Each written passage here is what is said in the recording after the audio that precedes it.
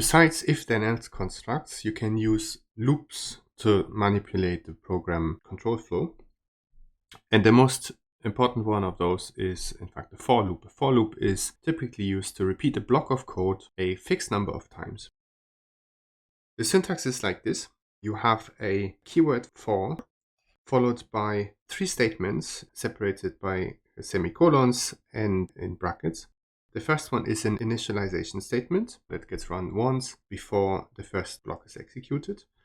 Then the second one is a Boolean condition that has to be satisfied for the block to run one more time.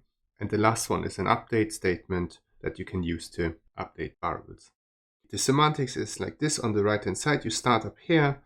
You first execute the block that is the initialization statement. You go to the condition that is tested. If it evaluates to true, then the block is executed. If it evaluates to false, then you end up in the next line of code after the for loop.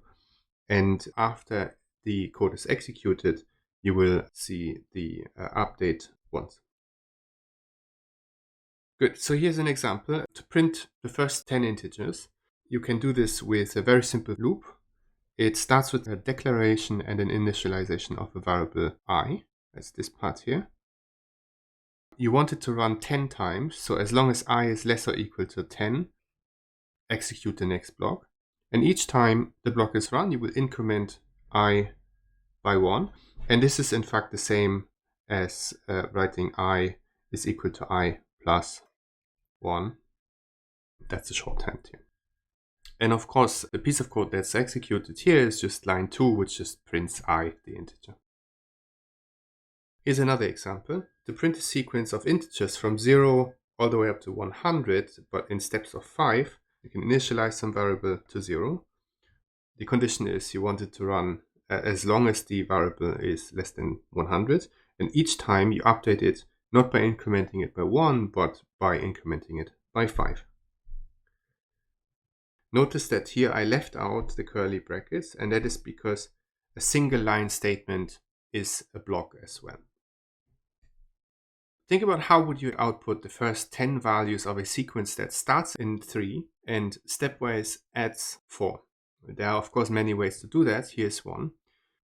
This piece of code will initialize a variable called current to the value 3, and then it uses the previous snippets to execute 10 times the block of code, which is this one in line 3 or 4.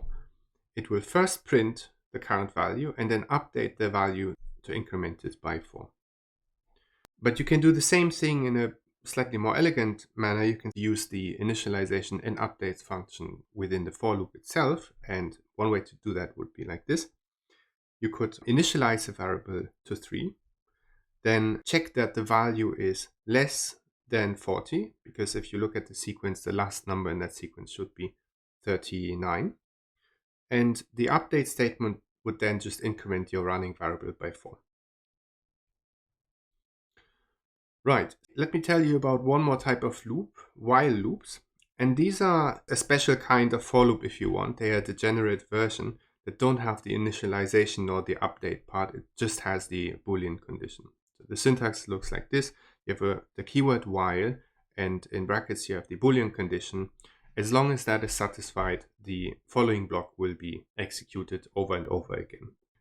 It is worth mentioning here that the condition is tested before executing the loop. So this means if you write a condition which is not satisfied to begin with, the loop will not be executed at all.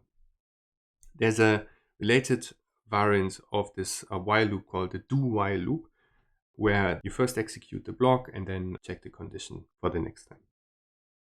While loops are typically used when you don't know how often the block will be executed. For example, if you have user input and let the user try again and again until the input is in the format that you want. Which brings me to the last example here. This is a program that allows the user to add up some integers. And the way it works is it gets new integers line by line from the user until the user types in 0, which is when the program prints the total.